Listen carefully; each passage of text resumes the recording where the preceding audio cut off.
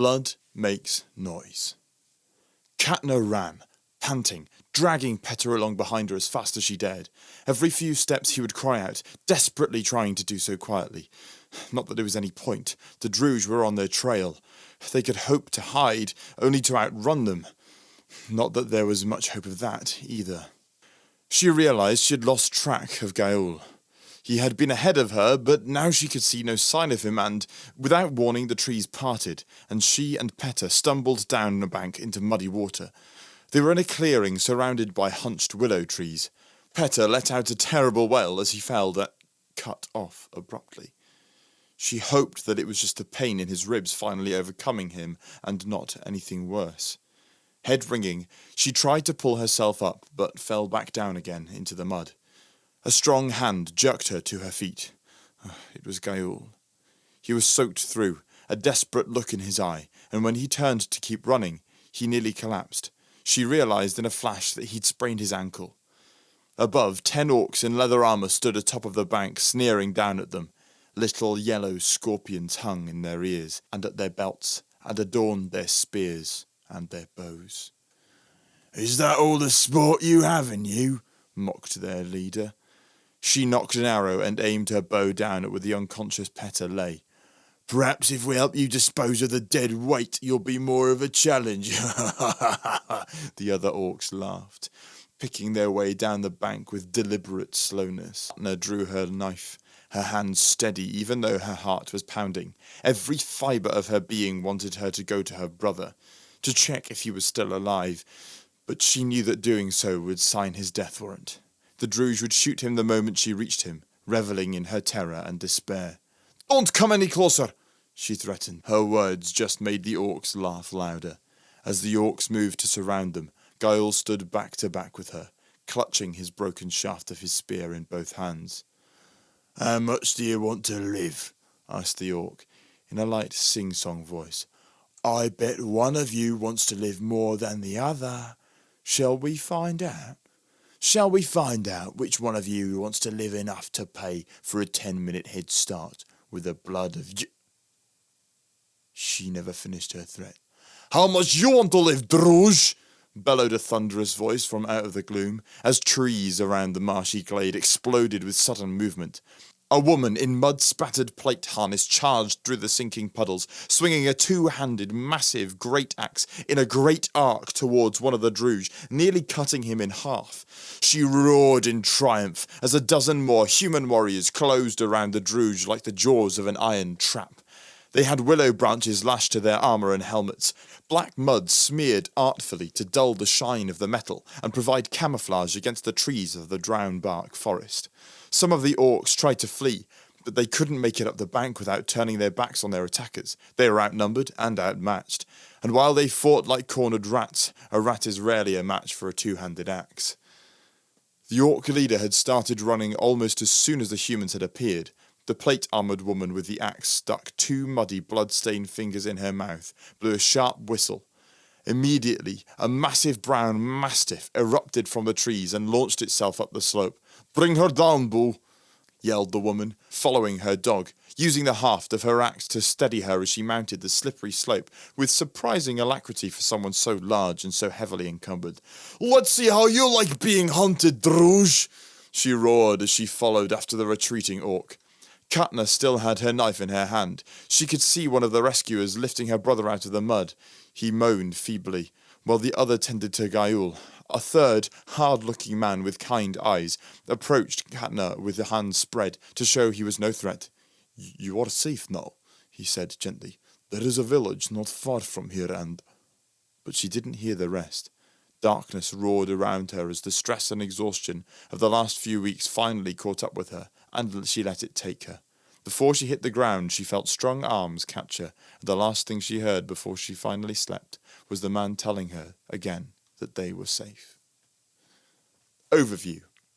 A sea of sellswords, wagon raiders, wardens, Dornish knights, both errant and questing, Navarre scouts, and Imperial orc preachers flow into Ossium.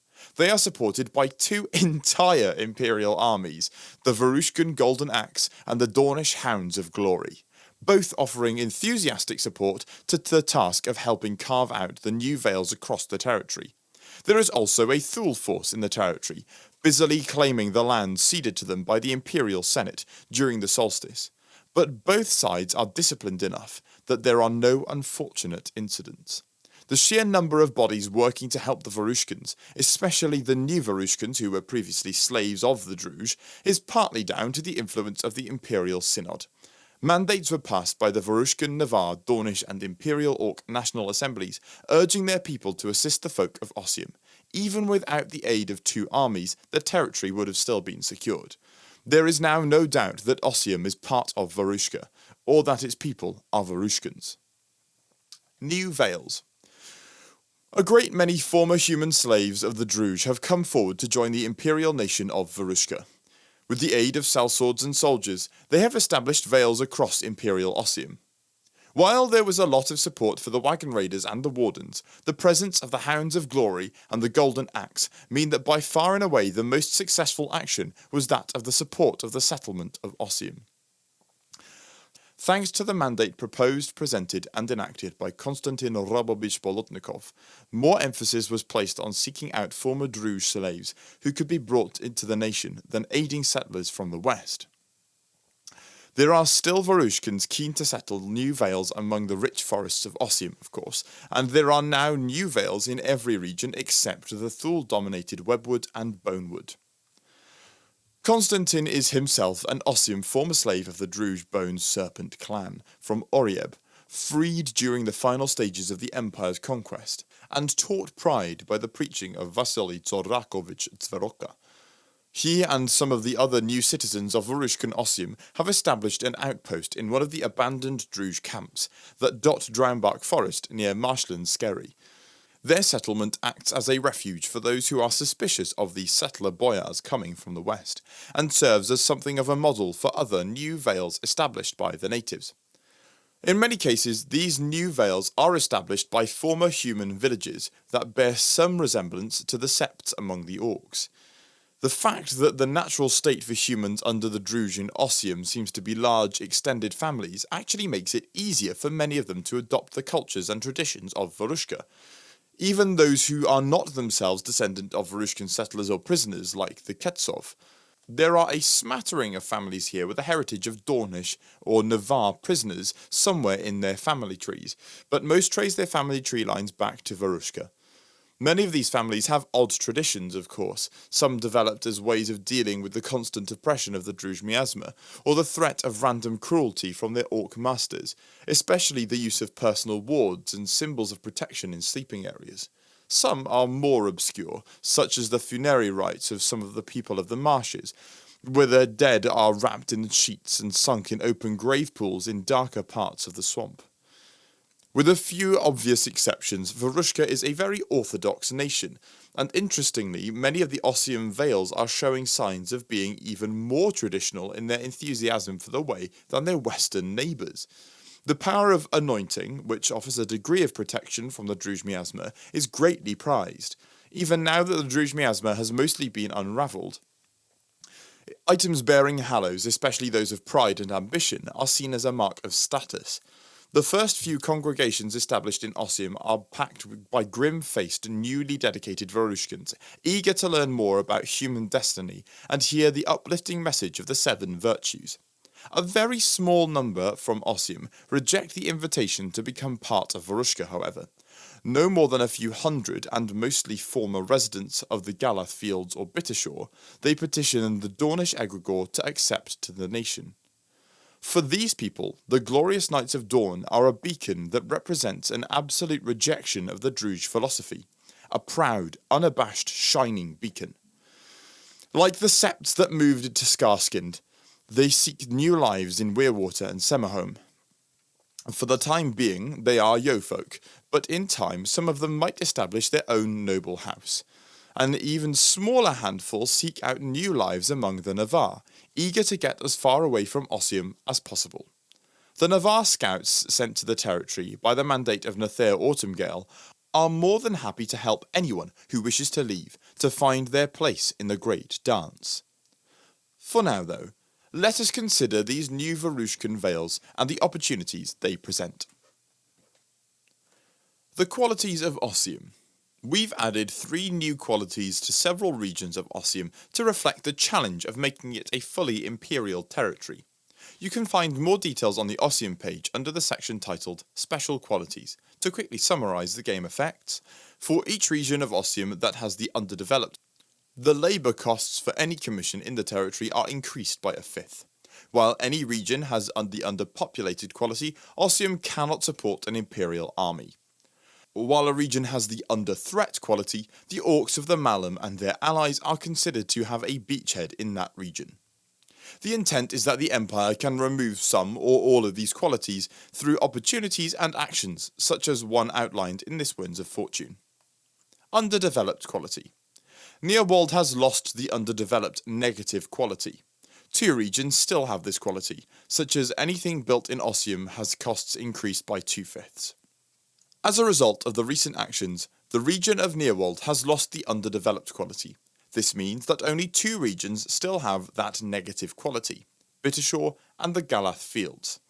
As a consequence, the costs to build anything in Ossium are still being increased, in this case by 2/5. Those additional costs are not included in the costs given below. The wealth of Lamar. Beneath the town of Lamar lies the crawling depths. In the minds of many, the Mithril is synonymous with the crushing fear the Druge engendered during their rulership of the territory.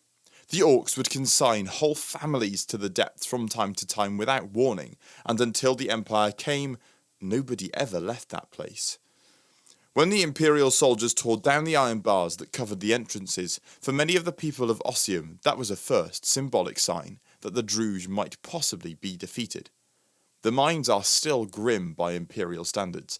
The tunnels are intentionally cramped and hard to navigate, the better to make them a place of terror. The miners of Morisvar, who are helping to operate the mine workings, say it is an example of the dogmatic cruelty of the Druge. They could have expanded the workings at any time to make them easier to use and increase the amount of mithril they produced, but they chose not to. Mind you, so far the Imperial Senate has also chosen not to expand the workings of the crawling depths, and that presents an opportunity. There is significant wealth under Lamar. The crawling depths represents one of the only mines in the entire territory. In addition to the mithril, there are other precious ores down there. It represents a source not only of money, but of the other things that come with prosperity. Mithril that could be used to arm Schlachter for defense of new Vales, as well as create polished mirrors used in many mana sites. The more mundane ores would be able to provide everything from cookpots to farm tools, heavy armor and weapons, or simply be sold or traded to acquire the materials that are very much needed to build and expand. Sharing the wealth. By permanently giving up the benefits of expanding the crawling depths, the Imperial Senate could spread prosperity across Ossium. This would permanently remove the underpopulated quality from the Drownbark Forest. The opportunity becomes available if the Senate expands the Mithril mine. If the Imperial Senate wished, it could use a Senate motion to allow the new Boyars of Ossium to claim those parts of the mine that are not currently being exploited. With the aid of the Morisvar families, the Boyars of Ossium could set their own people to upgrade the mines, claiming any mithril they mined from the depths. The production of the crawling depths as an imperial bourse seat would remain unchanged, but every Vale in Ossium would benefit from the arrangement. By using a Senate motion to permanently give up the ability to expand the mine, the Senate could dramatically improve the prosperity of the territory. This would help all the new Vales, but would be especially useful for the slightly better established Vales of the Drownbark Forest, permanently removing the underpopulated quality for that region. Furthermore, there would be a minor benefit to the Empire as well. By providing labour to the mines, the cost to the Senate to maintain the crawling depths would be halved, from 10 thrones a season to 5 thrones. This opportunity is not subject to any particular timescale, but becomes available if the Senate uses the option to expand the mithril mine that is already available to them. If the underpopulated quality was already removed from the Drownbark Forest, it will instead remove the quality from the Galath Fields. If both qualities have been removed, this opportunity will no longer be useful to supporting the local Vales. Tower of the Scorpion. Dornish knights are drawn to Ossium to fight alongside the wagon raiders. At the urging of Peleus Montrose, Dornish knights and adventurous yeofolk eager to earn glory travel across the Semilac to Ossium. Many stop off to visit the northern side of the Golden Causeway, marvelling at the stories of the glorious Dornish armies that marched across it to begin the conquest of the Malum. They then retrace the steps of the original campaign, enthusiastically pushing into the eastern forests to fight alongside the wagon raiders. While there, many also make a pilgrimage to the Tower of the Scorpion and marvel at the fact that such an ugly, unwieldy eyesore caused so much harm during the liberation. When these same knights and yeofolk get to talking with some of the new Varushkans establishing their vales in the shadow of the misshapen tower, a plan begins to form. The Dornish are adept at building castles, even in the depths of a forest. The Tower of the Scorpion is relatively sturdy, although ramshackle and unappealing. The wooden towers and rope bridges that surround it, allowing the defenders to make use of the killing field, are particularly vulnerable to fire and archers. All in all, is a thrown-together, shoddy structure that incorporates far too much wood in its design. How much better would it be if it were all made of stone? Also, it's called the Tower of the Scorpion. Nobody likes scorpions. What kind of heraldic beast is a scorpion? At the very least, it should be rechristened the Tower of the Manticore. In fact, Tower of the Manticore. A Dornish siege engineer has suggested rebuilding the Tower of the Scorpion as the Tower of the Manticore. Upgrading the fortification will cost 50 wains of white granite, 70 wains of mithril, 240 crowns in labour, and take a year. It requires a Senate motion or approval from a title able to amend existing structures such as the Master of Imperial Works. The Tower of the Manticore will remove the under threat quality from Echofell. Among the knights making the journey to Ossium are a contingent of nobles and knights seeking admittance to House Lionsgate, led by veteran siege engineer Lys de Lionsgate. She presents a proposal to the civil service in their damp new offices in Lamar. She suggests that the Tower of the Scorpion be rebuilt as the Tower of the Manticore, expanded by a combination of Varushkan and Dornish expertise, but also incorporating some of the novel features of the Druge. It would be another powerful symbol to the people of Ossium that the Druge have been driven out. As an upgrade, this will likely need a Senate motion, or the approval of the Imperial Master of Works. The proposed alterations will require 50 wains of white granite, 70 wains of mithril, 240 crowns in labour, and take a year to complete. Lys mentions incidentally that this is exactly the kind of project that might benefit from magical assistance. Perhaps an enchanter might find a way to speed the construction were it commissioned. Once completed, however, the fortification will be significantly improved. All the wooden components will be replaced with stone, meaning it will have a 6,000 strength, a 2-rank fortification. Furthermore, Lys's plans expand upon and extend the cruel metalwork the Druge favour, replacing with razor-sharp mithril and concealed trapdoors that will mean the fortification increases all casualties it deals during a battle by half. Once work is completed on the Tower of the Manticore, it will also permanently remove the under-threat quality from Echofell. Pride and glory. The Tower of the Manticore represents a base of operations for knights seeking glory in the northern Malum. The National Assembly of Dawn can recognise the dangers and opportunities represented by the unknown forests of the north. Regardless of whether the mandate is enacted, building the Tower of the Manticore will allow any Dornish military unit to take the Seek Glory in the Twisted Woods action in downtime. There will be room for a major garrison of Varushkan Slakta supported by local vales, but the plans also include chambers for a cadre of Dornish questing knights and knights errant. Many of those who fought in the battle to conquer Ossium feel a great sense of pride in their achievement, and even those knights who are not personally present recognise that there is something profoundly important in the conquest of Ossium. It is the first of the Druge territories to fall to the Empire, and it was the Dornish and their Thule and Varushkan allies that made this happen. The forests of Ossium, and more crucially, the wild woods of the forest of Ulnak, represent an almost irresistible lure for those seeking glory. In addition to the Druge, there are strange beasts, mysterious locations, and almost certainly lost treasures concealed within that haunted wilderness. The Tower of the Manticore could serve as a safe haven for Dornish questing knights and knights-errant who wish to seek glory in the twisted depths of the northern Malum. During the spring equinox, the Dornish National Assembly could echo the sentiments of Lys de Lionsgate and urge those seeking glory to travel north and hunt for it in the forests of Ossium and Ulnak. Our armies marched gloriously into the unknown when they led the conquest of Ossium, so our heroes should seek glory in the unknown forests of the north. The wagon raiders of Varushka have shown that there is treasure in the haunted woods of the Malum. Let us in turn show them that the greatest treasure of all, glory. We send named priest with 25 doses of Liao to urge every questing knight and knight-errant, and every seeker after adventure, to test themselves against the Druj in Ossium and the forest of Ulnak. Our armies taught the Druj fear once already. Let us ensure they do not forget us. Synod Mandate, Dorn National Assembly. If this mandate is enacted, then for the next year, any military unit can take the Seek Glory in the Twisted Woods action, found on the Independent Action dropdown. The action will be most effective when taken by Dornish or Varushkan characters. Rather than receiving random basic production military unit, they will receive 6 random herbs and 8 random forest resources from battling orcs, exploring the woods and seeking out opportunities for glory, or in the case of Varushkans, opportunities to raid barbarians.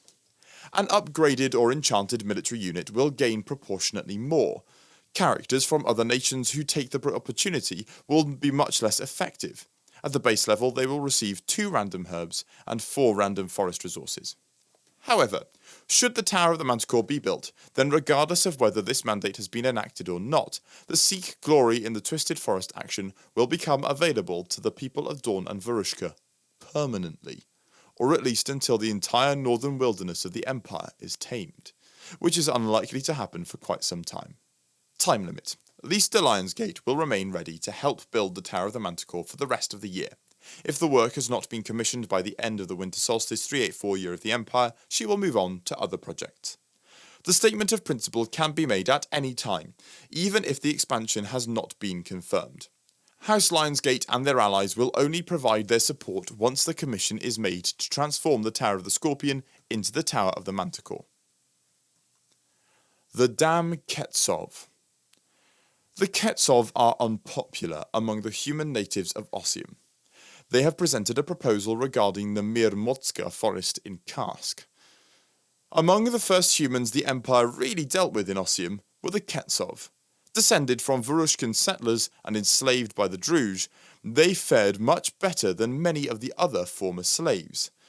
By making themselves useful, by providing the orcs with weapons and armor and magic items, they enjoyed a level of freedom and relative status practically unknown elsewhere in the territory. They are not, as a consequence, very popular with many of the other humans, or orcs for that matter. Still, they are certainly native Ossium Varushkans. The mandate upheld by the Varushkan Assembly encouraged sellswords to help them build and establish their presence.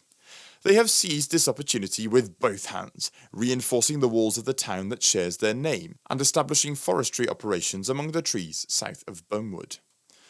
They are scrupulously careful not to stray too far north, but they also seem to be courting the Thule a little, offering a warm welcome to any of their merchants that come south.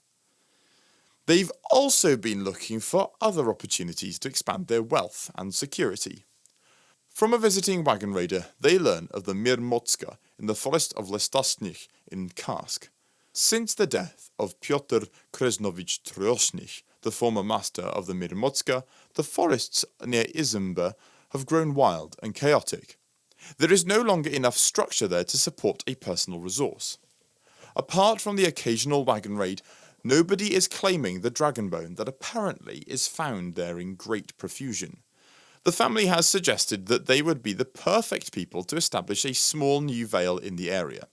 As Ossium natives, they argue there is a certain symbolic rightness in allowing them to settle some of their people in a different Varushkan territory. After all, have not a great many Western Varushkans come here to Ossium to establish new settlements? Is it not right that they should be encouraged to spread their family across their new nation likewise?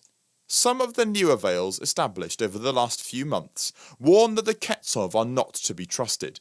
They cooperated with the Druj for generations, winning concessions and avoiding the worst of the horrors faced by those subject to their dominion. The Empire would be better having as little to do with them as possible, say these Veils.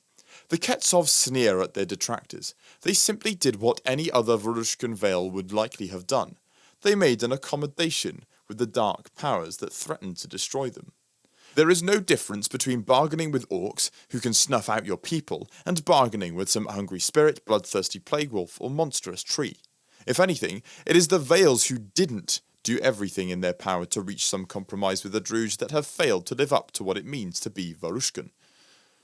The Ketsov have suggested one possibility with the opportunity presented by Mirmodska, but what to do and whether to do anything at all will fall to the Senate. There are some tricky legal questions about how the Mirmodska should be allocated, meaning that a bearer of an imperial wayleave or the like cannot simply trump the Ketsov request by building a sinecure. The Mirmodska Forest.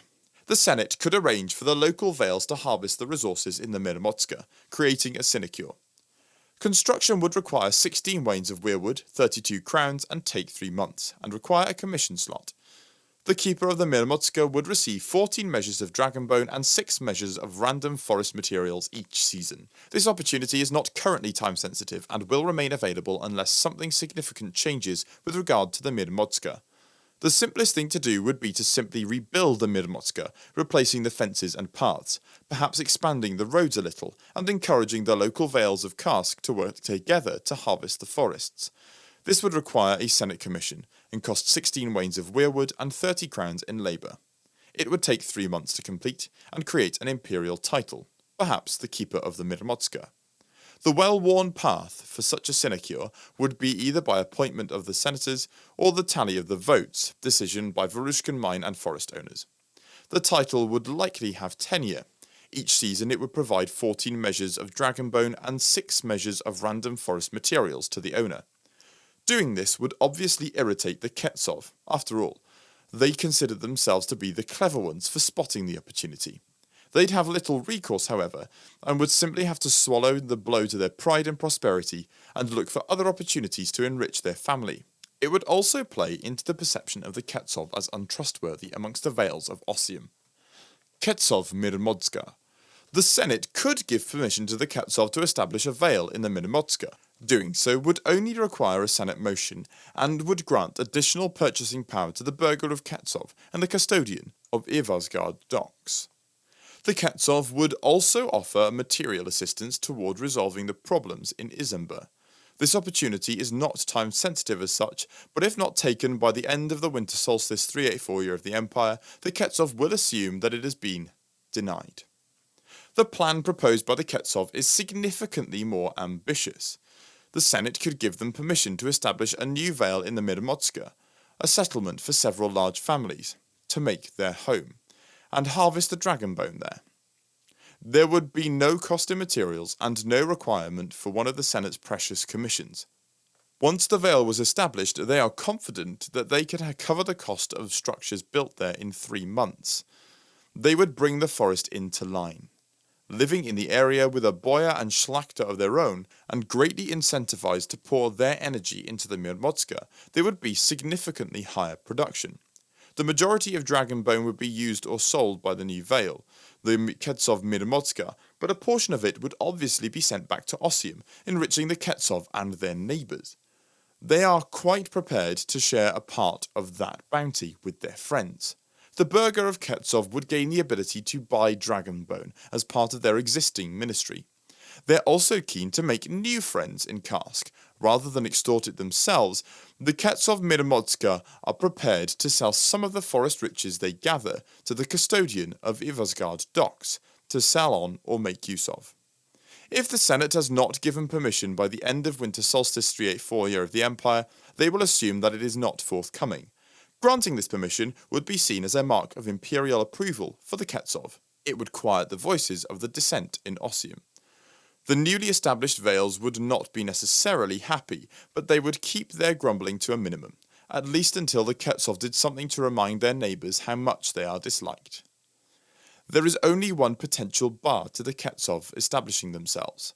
The Mirmodska is quite close to the ruins of Izember, and its fractious boyar, on the subject of which... The Isember problem. The ruined town of Isember has again become a haven for bandits and outlaws.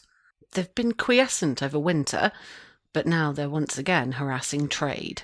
The ambitions for the boyar have expanded, and there has been an attack against the town of Kosti. Isember was once a rich and prosperous town, but that there is wealth waiting for anyone strong enough to claim it. Then Araz the Liberator had his proposal passed through the Senate, and the town changed. Where the warehouses had been filled by the harsh labour of the orc slaves, now they lay empty. This led to a sharp decline in Isember's fortunes. In 368 YE, the orcs of Otkadov invaded Karsk, with assistance from some of the town's inhabitants. Exiles and traitors flocked to Isember in the hopes of making a better life for themselves in the town under the Thule. In spring 378 YE, a decisive battle was fought, reclaiming the town and leaving it largely in ruins, as a stark reminder to those who would betray the Empire. It was not left empty for long. Its prime location led many groups of bandits and outlaws to set up camp there, making deals with the wolves of the area. Over the past 5 years, the numbers have grown, with a power structure forming leading to the outlaw Alexei Iskandrova Isembriok ruling the town as boyar. Magistrate Zofia Justniova Gonovska believes that Alexei is actively supporting roaming bands of bandits across southern Karsk, providing them with a safe haven from which to operate, and facilitating trade with some of the smaller vales in Lestasny, and with the town of Oloy in Thule-controlled Krevsati. During the winter solstice, Alexei came to Anvil and spoke with the Vorushkins there. They apparently left with quite a bit of money, and their visit was followed with an injunction from the Vorushkin assembly to cease their banditry and instead embrace the opportunities presented by Ossium. The bandits have shown no interest in leaving Isember for Ossium. If they wanted to pull their prosperity from the mud, they would have stayed in their home vales. When questioned by a priest, one of the bandits half jokes that they simply embraced the life of a wagon raider. It's just that they aren't too picky about where they raid. This prompts uproarious laughter from the woman's companions, who then proceed to drive the priest out of Isember.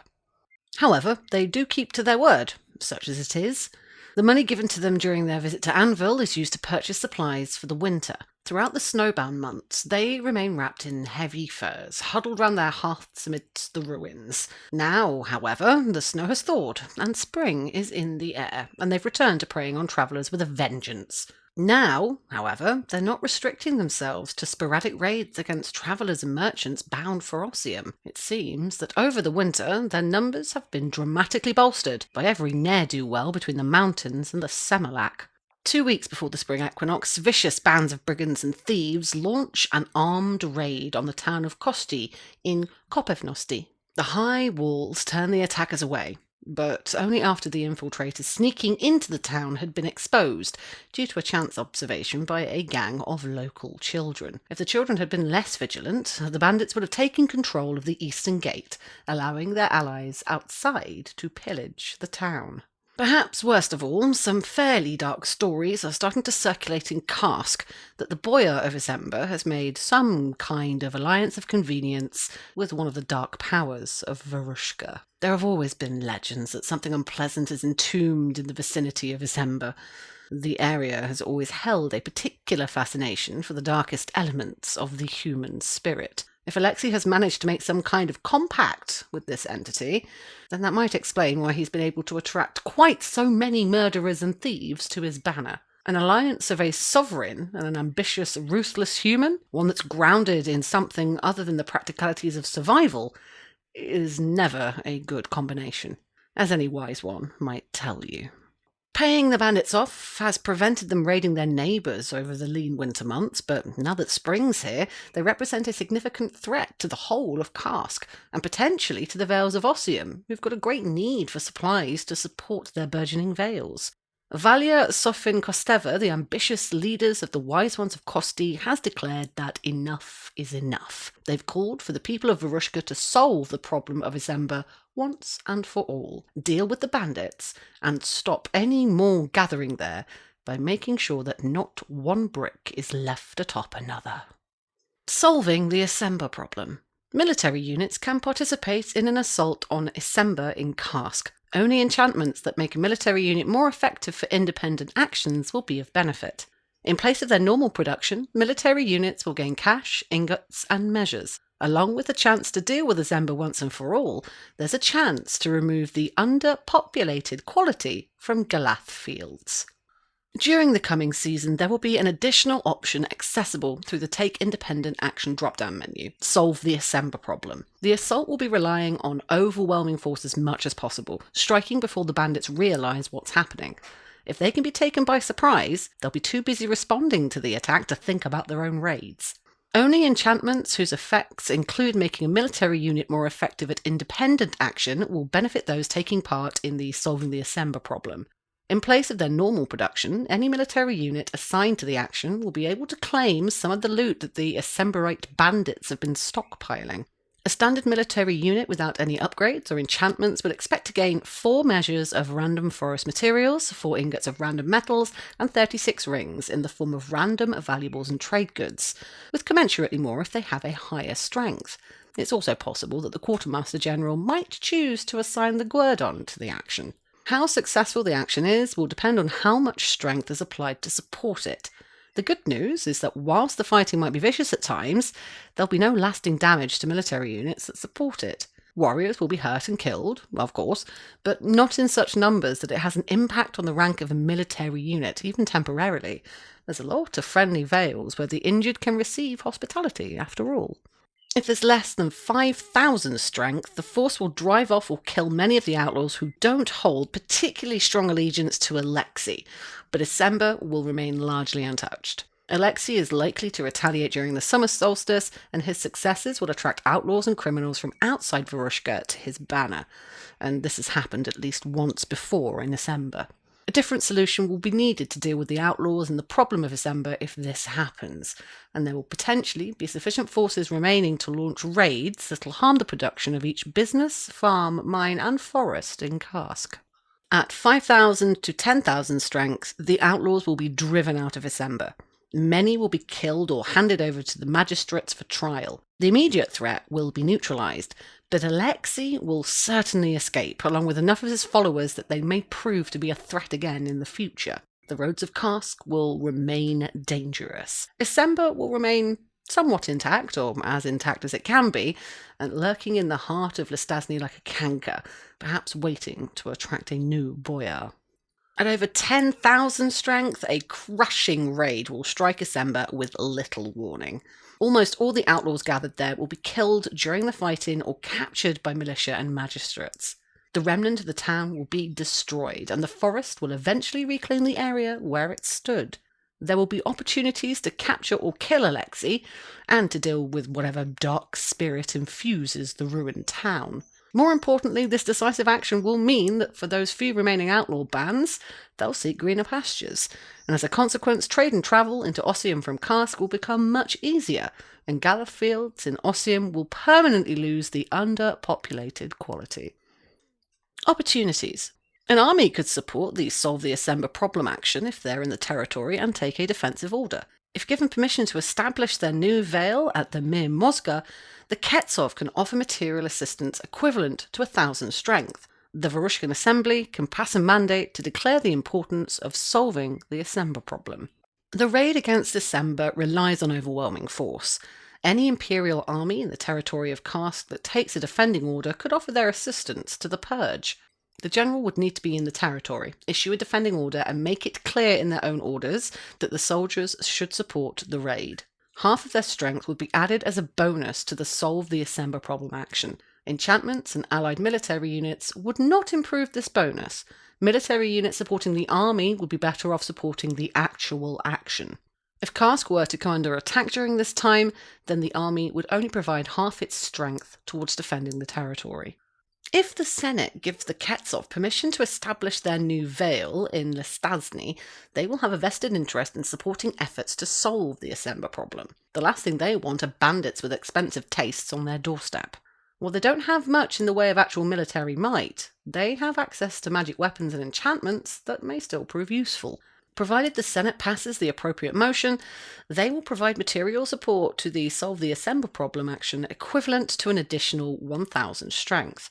And finally, the Varushkan National Assembly could take action. There are many draws on the sellswords, wagon raiders, and independent captains of Varushka. If the National Assembly wishes to ensure that their people take the threat of December seriously, there's a mandate that they could issue. Prosperity tells us to despise the thieving bandit. The Boyar of December has taken our wealth and betrayed us. We send this named priest with 25 liao to urge any Varushkan who can to join us and make the brigands pay the ultimate price. Synod mandate. Any National Assembly. The effect of this mandate would be twofold. First, it would cause Varushka to opt out of the raid on Skalan, detailed in By Fountains, by Fishers. Any military units that go on the raid will be 50% less effective, receive 50% less rewards, and be unable to acquire any rare resources, but their nation will not suffer any penalty from the raid. Secondly, it'll discourage Varushkan military units from taking any other options this season. This would apply the same penalty to actions taking independent action, supporting a spy network, or the land-based element of the evacuation of Feroz special action.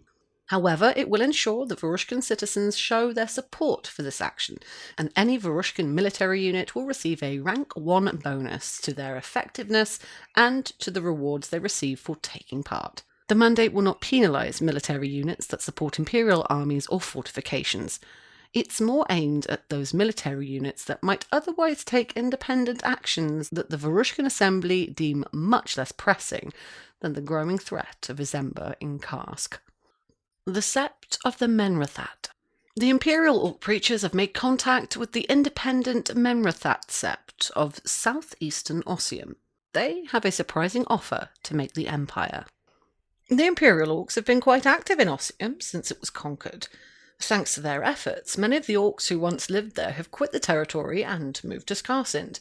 Not all the orcs have gone, however. Those who remain have done so for a number of reasons. Some didn't trust the Empire, some simply wished to stay in their homes.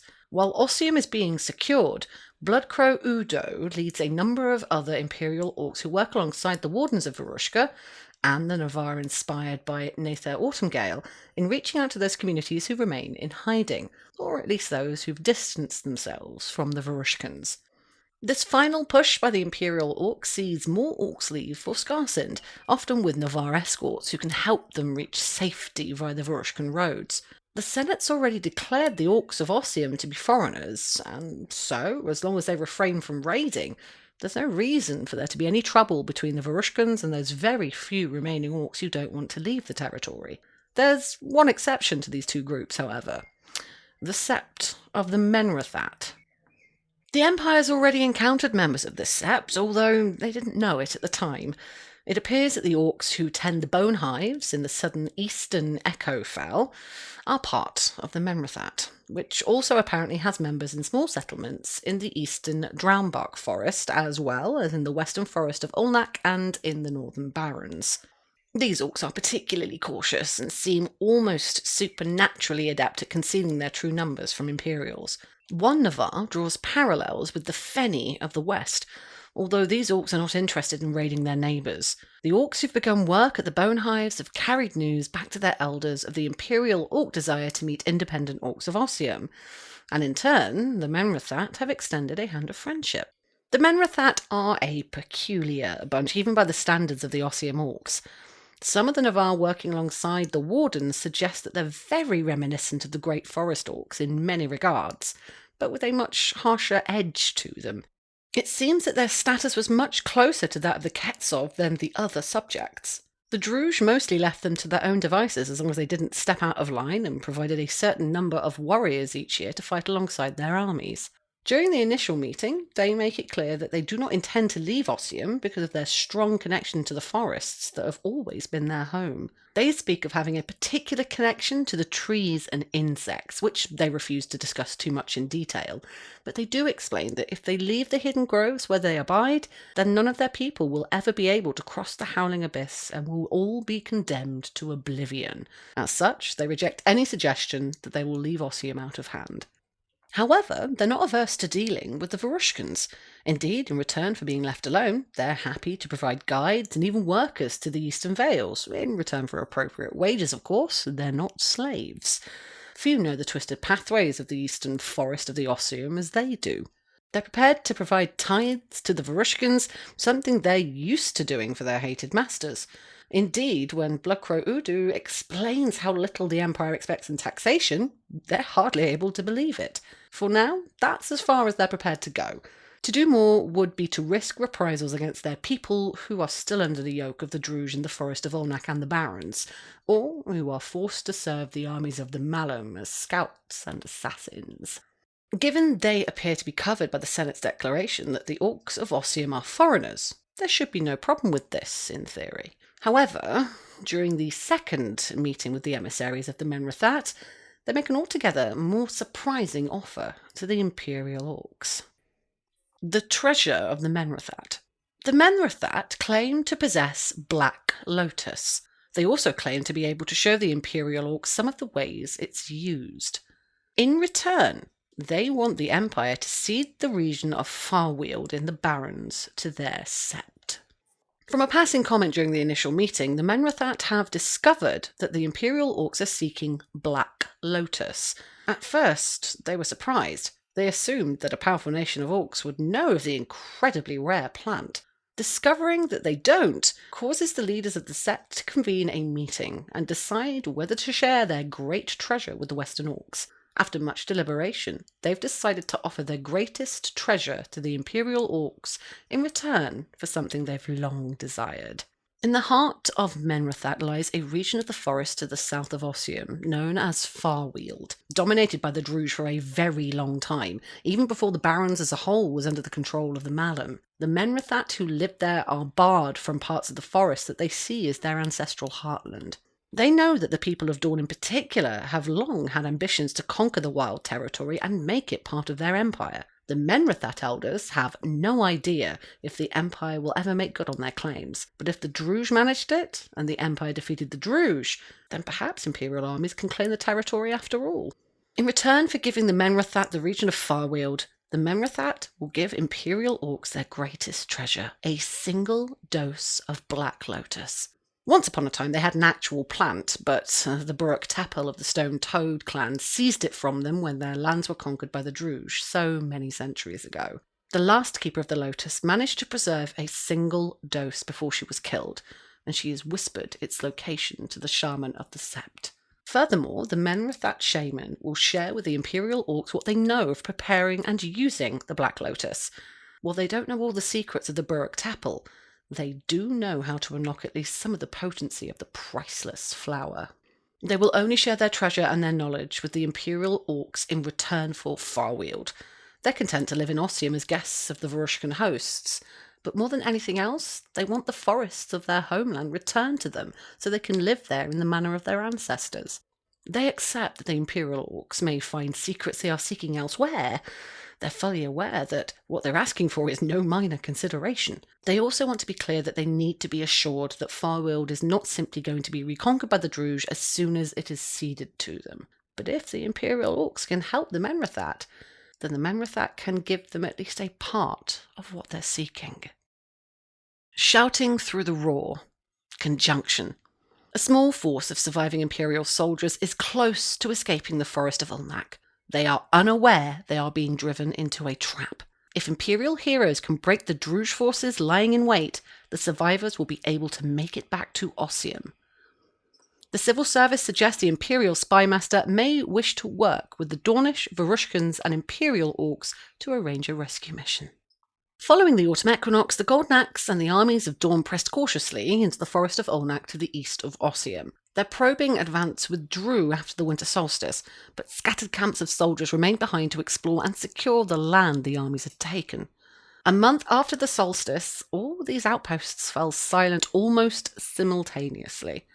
It seemed likely that the Druge had sent a force north into the forest of Olnak to deal with the Imperial incursion there. While speaking with the Menrathat, the Imperial Orcs discover that the Sept is aware of a small group of Dornish and Varushkan survivors in the eastern forest who've managed to evade the Druge and nearly made it back to the border with Ossium. The Malum Orcs are actively hunting them, and they're unaware that they're being driven into a trap. A force of Druge lie in wait for them at a location called Beetle Tree, not too far from the border with Ossium. There's no way for the Menrathat to help themselves, even if they were inclined to do so. Helping the enemies of the Druge would certainly see the Menrathat Sept suffer cruel reprisals. However, the fleeing soldiers are not that far from the border with the Ekafel, barely 2 days' hard hike from a camp of wagon raiders and Dornish knights who've been rooting out Druge guerrillas in the eastern forests. The civil service have discovered a conjunction of the Sentinel Gate that will allow a force of Imperial heroes to reach the vicinity of Beetle Tree, and while they won't be in a position to help the Imperial soldiers, they might be able to smash the Druge force waiting to intercept them. This will allow the survivors to avoid their pursuers and make it back to the safety of the wagon camp. The soldiers are believed to have some valuable information about the Druge forces in the Forest of Olnak. Furthermore, ensuring their escape would reassure the Menrathat that they have not made a mistake, offering a tentative alliance to the Empire. One advantage of this would be a chance to establish a spy network in the Forest of Olnak, using a combination of up-to-date intelligence from the survivors, information from the Menrathat, and the resources from the newly decommissioned Ossium spy network. With this in mind, the civil service suggests that the Imperial Spymaster might be the best person to organise a group of heroes to venture into the Forest of Olnak to help the soldiers escape. Success and failure. If the Druge force is broken and either killed or forced to flee the area, then the survivors will make it back to the welcome of the Wagon Raider camp. They'll be able to provide some more information about the Druge forces in the Forest of Olnak, and more importantly, if the Empire acts now, before the end of the spring equinox, they can commission a spy network in the Forest of Olnak for half the normal price, 5 wains of weirwood and 10 crowns. If the Druge force manages to hold off the Empire, then the soldiers will be caught before they can escape the Forest of Olnak. Whatever information they have will be lost, as will the opportunity to establish a spy network with the aid of the Menrathat Sept and the resources from Ossium. A quick note on the Druge miasma. Anyone travelling to the Forest of Olnak will be under the effect of a Druge miasma. This means they'll be under the effect of a permanent weakness and experience a feeling of hopelessness and dread for as long as they're in the territory, unless they can do the following. Expend a hero point upon entering the area, if you're subject to an anointing. If you can overcome the supernatural dread using their changeling lineage by becoming extremely angry, or are bonded to a magical item or have a ritual enchantment that mitigates effects like these.